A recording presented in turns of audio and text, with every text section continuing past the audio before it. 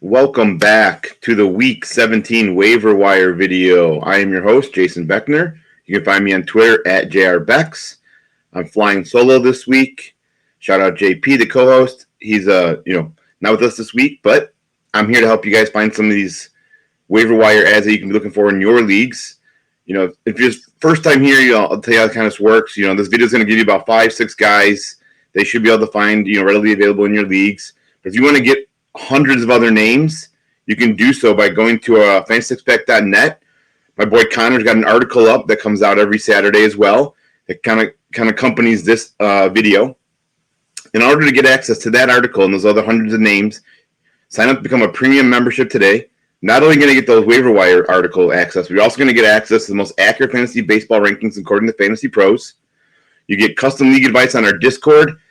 Come on out to the Discord. We got a ton of great stuff, content over there. People are asking questions about trades, ads, drops, all that great stuff. Football season's ramping up. You can get all that great access becoming a Fantasy Six Pack premium member today. But other than that, let's get into these waiver wire videos names. The first one here, I just want to preface this name first off. That's Lawrence Butler. Check your league. I've seen a lot of different ownership rates across the different sites. Like Yahoo's like probably not available, but ESPN's pretty low. I just want to throw caution to that. Doesn't hurt to check, right? Just run onto your waiver, check real quick, because there's been no one hotter than Lawrence Butler in the month of July. Since July 1st, 19 runs scored, 9 home runs, 26 RBIs, 4 stolen bases, 15 extra base hits, slashing 387, 439, and slugging 880. That's an OPS of 1319. Trust me, no one's been hotter.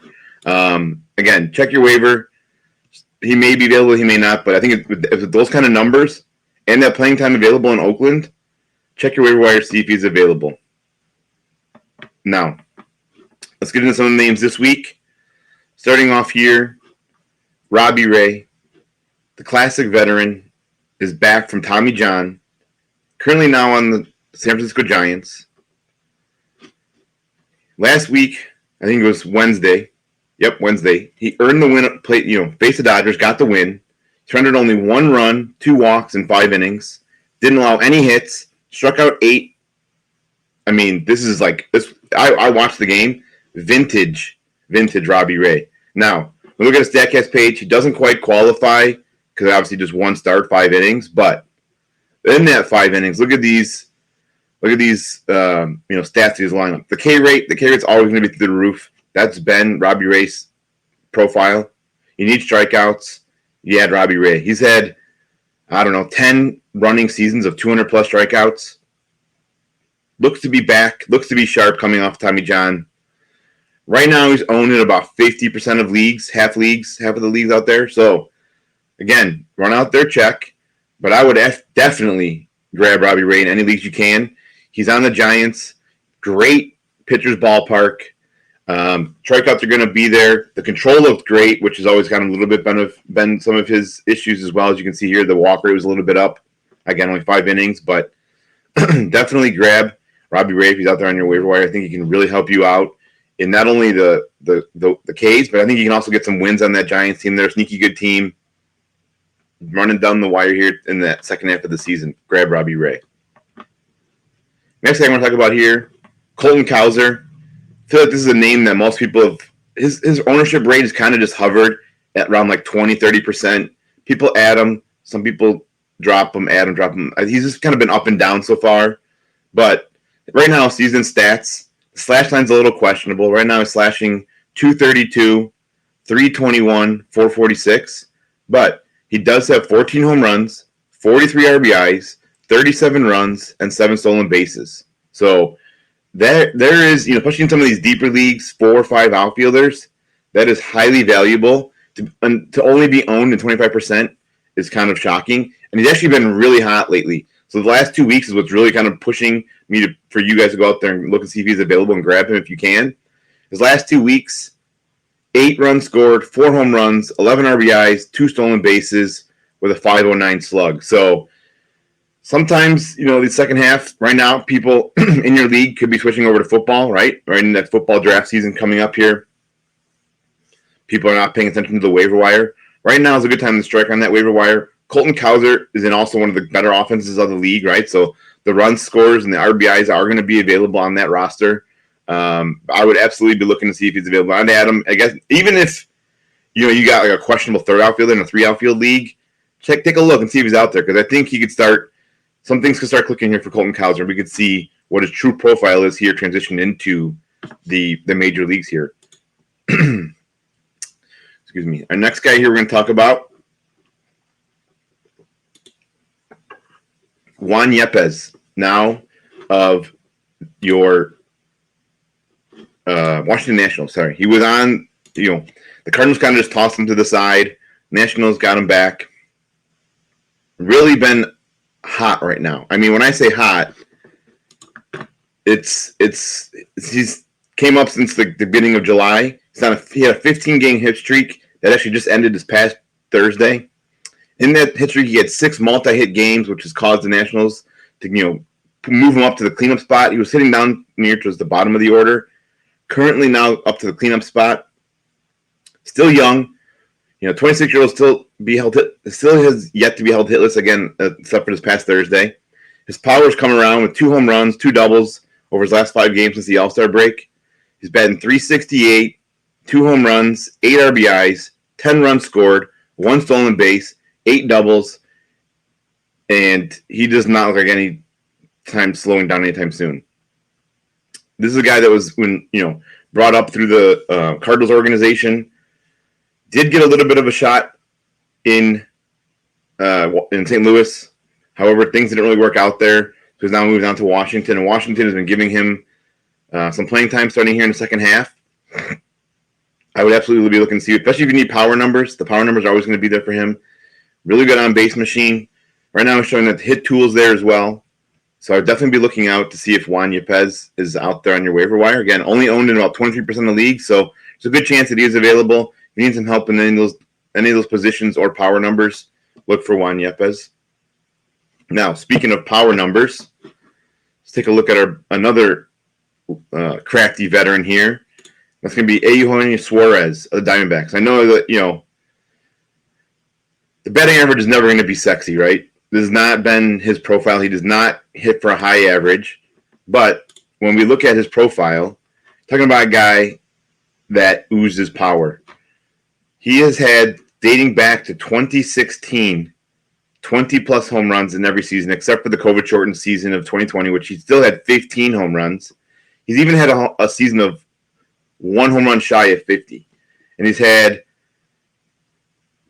followed that up with back-to-back 30 home runs. I mean, the power numbers are there, right? These are the power numbers he's had of home runs.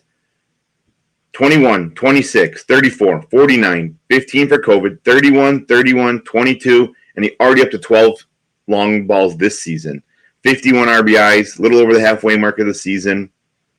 Again, the ratios are not going to be sexy, but if you need some power upside, absolutely grab him. He entered the month of July with 6 home runs and has hit as many of that over the last 14 games. So he's basically doubled his home runs since the month of July started. He's knocked in 17 runs with a .692 slugging percentage and a .1014 OPS in the month of July. So, again, starting to get a little hot here. I will say, ride the hot wave while you can. Go out there, check it out, see if he's able to put him in, right? And then once it starts to falter, cut him and grab somebody else. But even in an OBP league, he's not going to hurt you awfully bad. He's still hovers around 300, which, again, isn't great. But if you're getting, 6 to 8 home runs a month, I'll take the hit at OBP and try to find somewhere else that can kind of boost that OBP or average from another position while I can get, rake in the power numbers for Eugenio Suarez. So grab him. He's only available. He looks to be owned in only about 22%. So almost 80% of leagues he's available out there. Let's go to the next guy here. We're going to talk about Connor Norby. Another one of these top prospects coming up from Baltimore. Lo and behold, guess what? Baltimore's got yet another good, young, touted prospect coming up in the minors. He did get called up a little bit earlier this season. Unfortunately, did not get any at-bats. It was kind of weird. Baltimore called him up, did not get any playing time, and then was sent right back down for some reason. I don't know why they called him up to begin with, but hey, whatever. He's here now, and he is playing. He did get in this week, hit a home run. The 24 was actually called up from AAA on Thursday. He took a roster spot for Jorge Mateo, who was put on the injured list. He made a really good, strong impression. Hit a solo home run in the 4th inning and added an infield single in the 9th. He's not going to really play every day, but that lineup is so stacked. They're going to find a bat for him somewhere. He's really going to be playing more like, probably like more utility role in that infield. And then, with Jorge Mateo being out right now, he should start seeing some regular bats in the short term. Long term, I'm not sure what his availability will be once Mateo comes back. But at least for the next week or two, grab Norby, especially if you need second base. It's a little bit more of a shallow position. He's right now is currently only owned in 7% of leagues. So he's pretty much widely available in all leagues. He should be added where you need any infield depth. The power numbers are really great for Norby. He's had, since being drafted out of East Carolina, where the power numbers just weren't there. But since being drafted, the power numbers have really, really been there. 2022, he had 29 home runs across 3 levels. 2023, he had 21 home runs. This year, he's already up to 18 home runs. So the power has really started to pop since being drafted in the minors. I would look for that to continue here in the majors. So if you're going to need, again, infield depth or like a little bit of a bench bat, grab him now. Keep him on your lineup or in your bench, or put him in your lineup if you need to, and see what happens with his playing time. Next one here is another, guy that just kind of is maybe overlooked, maybe because of the name, doesn't have the name recognition, or maybe he's on the San Francisco Giants. Maybe that's why, but that's going to be Tyler Fitzgerald of the shortstop. He continues to put together a really stunning second half, dating back to July 9th. He has at least 1 extra base hit, 7 home runs, 2 doubles, 1 triple, in 8 straight games. He's now up. The slash line's now up to 330, 400, 600, and again those 8 home runs, 18 RBIs, 24 runs scored, and 7 stolen bases. Right now, similar to Norby, but Fitzgerald has the playing time readily available as well. I think even more so than Norby. I think this playing time will be more readily available for Fitzgerald, only because Estrada, the starting shortstop for the Giants, just went on the IL. So he was definitely going to be getting a bulk of those at-bats from the shortstop position for the Giants. So yeah, look out there for Fitzgerald. Again, he's not getting that recognition. He's only owned in 47% of leagues, so a little bit over half of leagues he is available out there. So just go ahead and check your waiver wire real quick and see if he's available. I wanted to give you guys one more name real quick before we get out of here. Again, not a super sexy name, but someone that I think is worth, at least riding the hot wave, the hot streak that he's got going on right now, and that's Josh Bell of the Marlins. He's gone deep now in 3 of his last 4 contests, and he's batting .467 with 5 RBIs and 4 runs over that span. And since the month of July, 7 runs scored, 4 home runs, 12 RBIs. So again, this is a guy that if you need, maybe your first baseman is struggling, or your IL, your first baseman's on IL, go out there and see if Josh Bell is out there. He's been Mr. Reliable, right? He's kind of had some up and down years, but he's also been there. He usually plays all game, about 140 games. The Marlins have playing for nothing, so they got playing time for him.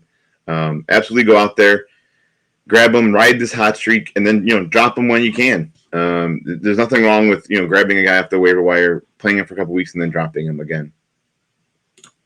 All right, that's going to do it for this week, the Week 17 waiver wire show. Like I said, you want to get some more names. These names are all, maybe all these names are owned for you, or they weren't really meeting your qualifications. Go check out Connor's article over on the website, fantasy6back.net. Become an all-access member. You're going to get hundreds of names. I'm not even kidding. He throws up top-tier waiver wire article. I'm not even kidding. Go over there and grab that now. Become an all-access member. And, we'll be back next week. We'll get these waiver wire videos rolling again.